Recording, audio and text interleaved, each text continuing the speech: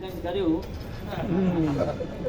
મહત્વની વાત એ છે કે આ બધી વસ્તુ છે ને ભાવમાં મૂલ્યાંકન કરવાનું હોય છે. પૈસા એ ગૌણ વસ્તુ છે, પણ મારા પરમાત્માની પ્રતિમાજી ઉત્તમ દ્રવ્યથી મારે નિર્માણ કરવું છે.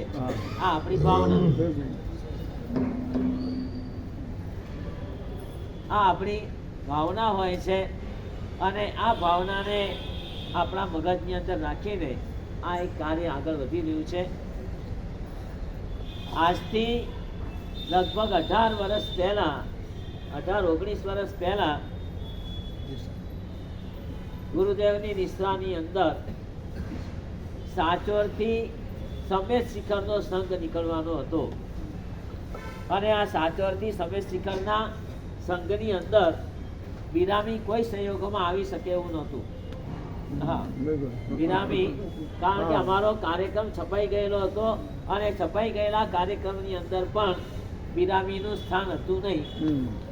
અને અમારા તારાચંદજી આણેજા વાળા એ સાહેબની પાછળ પડી ગયા, ગમે એમ કરો પણ બિરામી આવવું જ પડશે. અને કેવો રસ્તો હતો એ તો જે એ વખતે હતા ને સાથે એમને ખબર હશે. હા,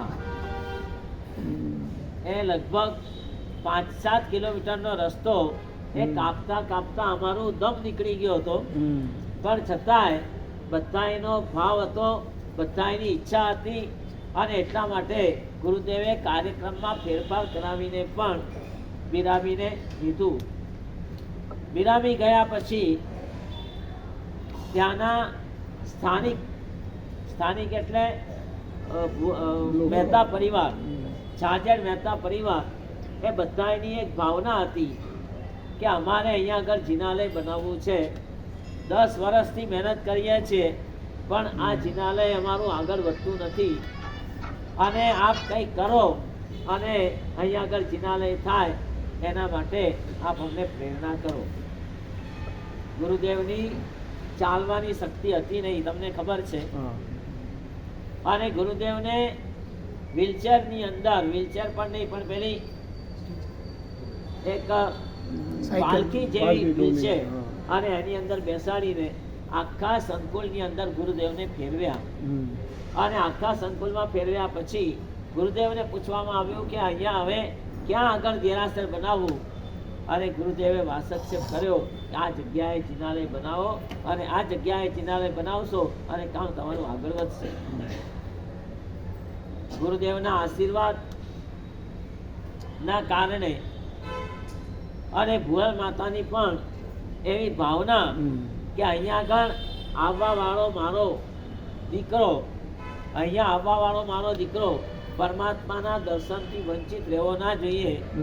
અને આ જ ભાવનાના કારણે એ જિનાલય એક જ વર્ષની અંદર તૈયાર થયું. એક જ વર્ષની અંદર જિનાલય તૈયાર થઈ ગયું. અને અમે શિખરજીમાં હતા અને શિખરજીની અંદર આ પરિવાર મુહૂર્ત માટે માંગણી કરવા આવ્યા કે અમને મુહૂર્ત આપો. પણ એ વખતે મુહૂર્ત આપવાની કોઈ જગ્યા હતી નહીં. એટલે એમને કહ્યું થોડો ટાઈમ થોપો અને તમારી પ્રતિષ્ઠાનું કામ બહુ સારી રીતે થશે. અને બીજા વર્ષે, બરાબર કે નહીં, બીજા વર્ષે અમારે સાચોર ચોમાસું કરવાનું થયું. અને સાચોર ચોમાસા દરમિયાન, ચોમાસા પહેલા ત્યાં પ્રતિષ્ઠા કરવાનો નિર્ણય કર્યો અને પ્રતિષ્ઠા તો થઈ ગઈ. નરેશભાઈનો પરિવાર ઘણા બધા સુકૃતો કરવા વાળો છે. એમણે